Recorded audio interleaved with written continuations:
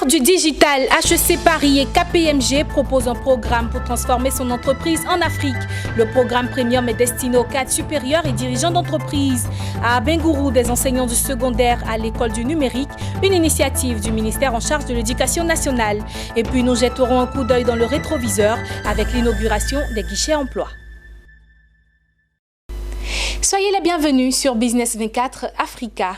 Issu d'un partenariat entre HEC Paris et KPMG, le programme Premium destiné aux cadres supérieurs et dirigeants d'entreprise a été présenté officiellement à la presse à Abidjan. Le programme devrait permettre aux participants de mieux appréhender la transformation digitale et proposer de meilleures orientations pour leur entreprise. Daniel Kodjo et Ismaël Doza. Transformer son entreprise en Afrique à l'ère du digital, un enjeu d'agilité.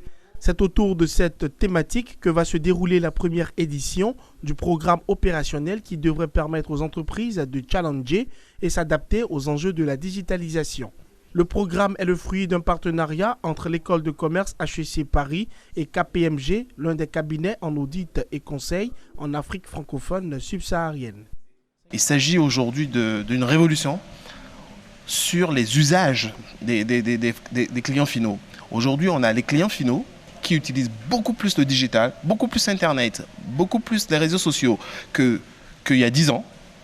Ils ont du pouvoir, ils sont exigeants, ils sont connectés et leur comportement réagit clairement sur l'entreprise. Donc l'entreprise est obligée de s'adapter à eux.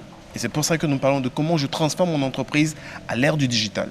Au travers de ce programme, on voulait s'allier avec un grand acteur de l'éducation qui est HEC Paris, afin de pouvoir obtenir de leur part la dimension académique du programme et pour ce qui nous concerne, fournir la dimension pratique.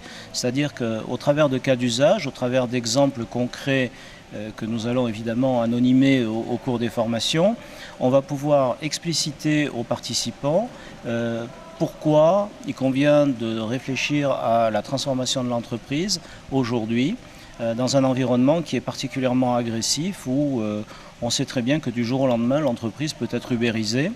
Du 25 mars au 22 juillet 2020, la formation va s'articuler autour de 4 modules de 3 jours, dont 3 en local et le dernier en France.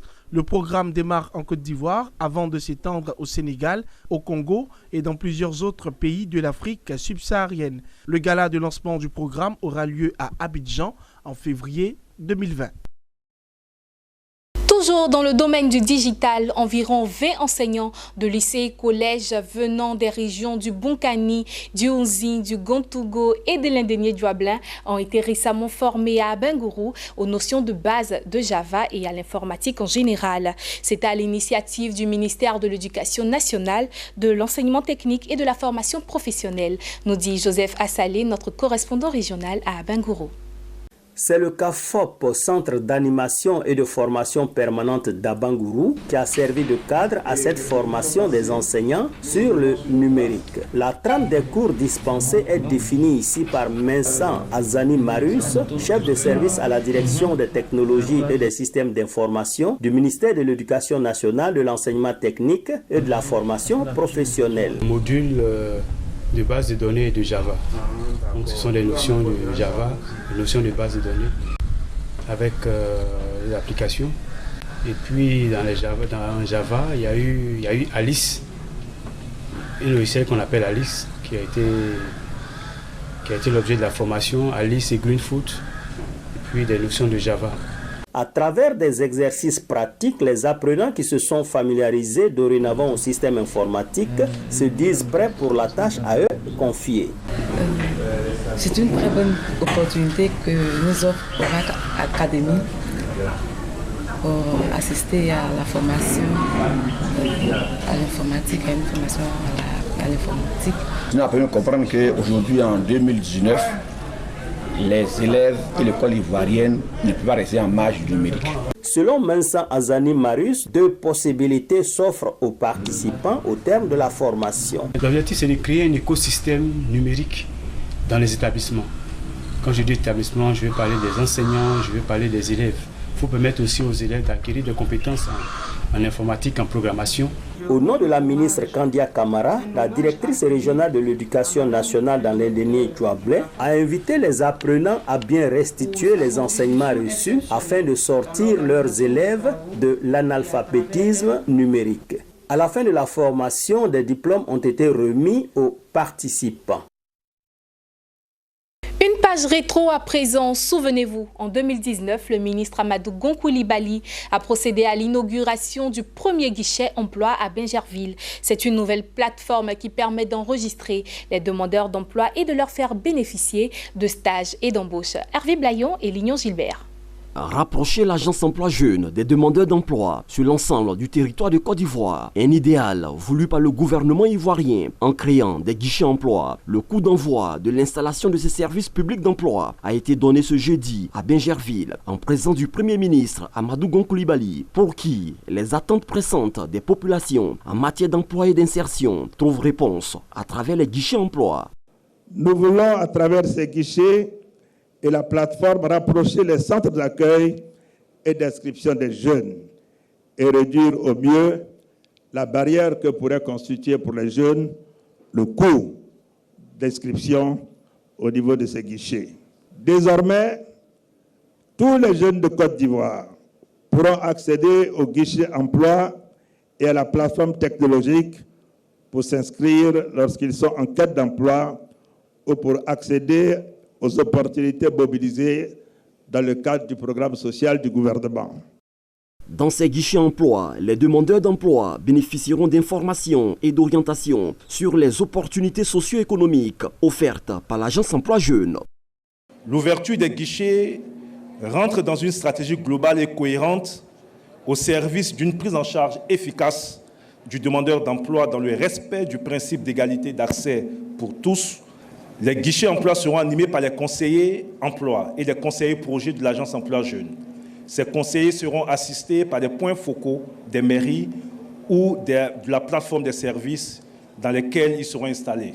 45 guichets emploi vont être installés dans les 13 communes d'Abidjan, le district de Yamoussoukro et les 31 chefs-lieux de région. Une nouvelle qui ravit le président du Conseil national des jeunes de Côte d'Ivoire qui a invité ses pairs à s'approprier cet outil. Je voudrais juste vous dire que nous prenons notre destin en main. Prenons d'assaut les guichets emploi jeunes. De nombreuses opportunités de stage, de formation qualifiante, d'apprentissage et de financement de projets nous y attendent. Autre temps fort de cette cérémonie de lancement, la visite par le Premier ministre Amadou Gon Coulibaly du guichet emploi de Bingerville, un édifice aménagé dans l'enceinte du foyer des jeunes. La généralisation du processus d'installation des guichets emploi est prévue au cours du mois de septembre dans les 201 communes de Côte d'Ivoire. Un processus qui vise à terme 500 000 opportunités de stage, d'emploi et de financement de projets sur la période 2019-2020 pour un budget de plus de 141 milliards de francs CFA. Un autre événement majeur a eu lieu en 2019. Il s'agit de la réforme du CFA et de la création de l'ECO. Nous avons rencontré quelques membres de la société civile. Nous vous proposons de les écouter. À partir de maintenant, ce qui caractérisait le franc CFA, c'est que 50% des réserves d'échange des pays membres étaient logées dans un compte au Trésor français qu'on appelle le compte d'opération, un compte qui sert à garantir la convertibilité et la stabilité de la monnaie. Ce compte ne va plus exister. Et aussi dans les organes de gestion de la Banque centrale, vous aviez des représentants du gouvernement français. Donc ces représentants seront retirés. Et le nom de la monnaie, donc le franc CFA, qui fait appel un peu à l'époque coloniale, même si la dénomination a évolué, en tout cas la signification du sigle a évolué, en tout cas le nom du franc CFA va changer, ça va s'appeler l'ECO. Voilà. Donc ça, c'est des avancées majeures sur le plan de la symbolique et sur le plan même de la portée économique. Hier, de la déclaration du président Macron, il y a effectivement cette volonté de laisser persister encore le régime de change fixe entre la nouvelle monnaie ECO et l'euro. Et là, c'est une mauvaise chose. C'est une mauvaise chose parce que fondamentalement, on n'avance pas. Et la seule, je vais dire, avancée dans cette affaire, c'est nous dire effectivement que désormais, nous n'allons plus déposer 50% de nos réserves de change en France. Là encore, c'est une arnaque. C'est une arnaque parce que les accords de coopération monétaire ont été signés par chaque pays. Il faut que ce soit dit. Pas par un groupe de pays, par chaque pays. En clair, la Côte d'Ivoire de Houphouët-Boigny, ça a été paraphé par Houphouët-Boigny, le Burkina a paraphé, le Togo a paraphé. Ce n'est pas un seul président qui a paraphé au nom des pays de l'UEMOA, mais chaque pays a paraphé. De ce point de vue, aussi longtemps qu'on ne va pas réunir peut-être à Paris ou bien en Afrique, ces mêmes présidents, pour que ces mêmes présidents signent un nouvel accord, je ne peux pas croire à vraiment une annonce médiatique que M. Macron a essayé de faire juste pour soutenir. En image, pour finir, la Commission ghanéenne de l'énergie atomique et l'Université polytechnique de Tomsk en Russie ont signé un accord de partenariat. Le but étant de faire bénéficier aux étudiants ghanéens des formations dans le domaine nucléaire à l'université russe. Le programme mis en œuvre à partir de 2020 sera financé par la Russie via le ministère de l'Enseignement supérieur et des Sciences. Le partenariat concerne 3 universités, à savoir l'Université du Ghana, l'Université de Kumasi et l'Université de l'énergie et des ressources naturelles. Et voilà, c'est ici la fin de ce journal. Je vous remercie de votre fidélité et très bonne suite de programme sur Business 24 Africa.